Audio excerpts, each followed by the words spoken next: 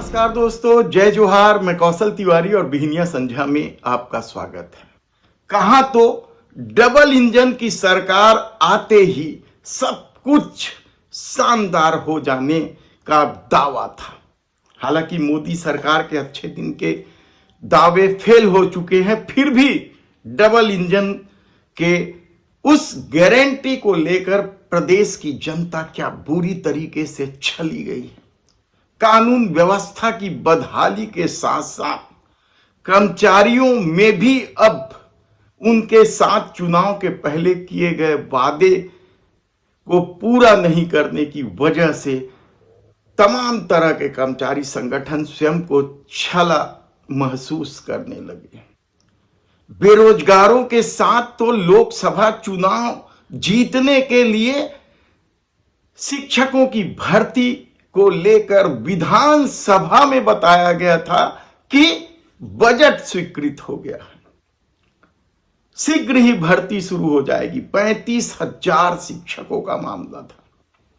दूसरी तरफ अनियमित और दैनिक वेतन भोगी कर्मचारियों के नियमितीकरण का दावा था, मोदी की गारंटी थी। और आप कल्पना नहीं कर सकते कि पिछले 42 दिनों से वन विभाग के अनियमित कर्मचारी धरना दे रहे हैं। और धरना स्थल शायद इसलिए नया रायपुर कर दिया गया है ताकि शहर की जनता को इस सरकार के असंवेदनशीलता की जानकारी से दूर रखा जाए। बूढ़ापारा जब धरना स्थल था तब सबको पता चल जाता था कि कौन पीड़ित है जो सत्ता के खिलाफ धरना दे रहा है, लेकिन उन्हें तूता भेज दिया गया। और वहां की बदहाली और अव्यवस्था का यह आलम है कि धरना दे रहे लोगों की जान पर ही संकट खड़ा हो गया है। सांप निकल रहे हैं, जहरीले कीड़े निकल रहे हैं और उस बीच लोग वहां डटे हुए हैं। वन विभाग के कर्मचारी किस किस तरह की प्रजातियों के जहरीले जीव निकल रहे हैं कहना मुश्किल है।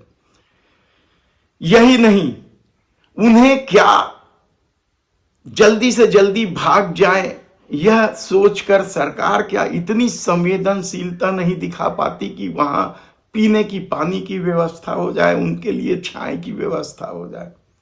किस तरह से यह सरकार चल रही है। और ऊपर से अधिकारियों की धमकी कि काम पर लौट आओ, नहीं तो नौकरी से हाथ धोना पड़ेगा। यानी पहले ही अनियमित है वे, कभी भी बिठा दिया जाता है। लेकिन वन विभाग के कर्मचारियों की हिम्मत की दाद देनी पड़ेगी। वे धरना पे बैठे, हालांकि जो बंगले में ड्यूटी कर रहे हैं उन्हें रोक दिया गया, क्योंकि यदि बंगले में ड्यूटी करने वाले भी यदि शामिल हो जाएं तो अफसरों की चाकरी कौन करेगा, उनके घर सब्जी कौन लाएगा, बिजली का बिल कौन पटाएगा। यानी किस तरीके से अनियमित कर्मचारियों के शोषण का खेल लंबे समय से चल रहा है। डॉक्टर रमन सिंह की सरकार ने जब यह वादा पूरा नहीं किया था तो कांग्रेस पहुंच गई थी धरना स्थल पर उनके, और उन्होंने वादा करके वोट हासिल कर लिया था। 5 साल भूपेश बघेल की सरकार अब करते हैं, इस साल कर्मचारियों की बारी है, अभी किसान की बारी थी, वगैरह वगैरह कहते उनके साथ छल करते रहे। और भूपेश बघेल के आखिरी दौर में भाजपा के तमाम नेता पहुंचने लग गए थे उनके धरना स्थल पर। क्या रमन सिंह, क्या बृजमोहन अग्रवाल, क्या तत्कालीन भारतीय जनता पार्टी के प्रदेश अध्यक्ष विष्णुदेव साय, कई आप नाम ले सकते हैं बड़े बड़े नेताओं के। सबने वादा किया था कि अनियमित कर्मचारियों को नियमित किया जाएगा। भूपेश बघेल तो समिति बनाने की बात करते थे, प्रक्रिया शुरू करने की बात करते थे। लेकिन इस सरकार में क्या हो रहा है, पिछले 42 दिन से लगातार वे धरना दे रहे हैं। लगातार उन्हें धमकी भी मिल रही है कि लौट आओ नहीं तो बिठा दिया जाएगा। लेकिन इस बार कर्मचारी अड़े हुए हैं कि नियमितीकरण का आदेश लेकर ही वे धरना स्थल से जाएंगे। हालांकि कई तरह की तकलीफें उनके साथ है, पीने के पानी की तकलीफ, छाए की तकलीफ, दूसरी तकलीफ, रात को रुकते हैं तो जहरीले जीव जंतु से तकलीफ, कभी भी बिजली का कनेक्शन काट दिया जाता है, घंटों बिजली वगैरह वगैरह, कई तरह की तकलीफ।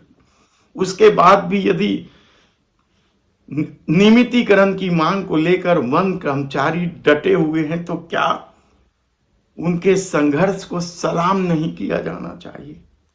और सरकार की इस असंवेदनशीलता पर क्या कहा जाए? कितने ही उदाहरण हैं।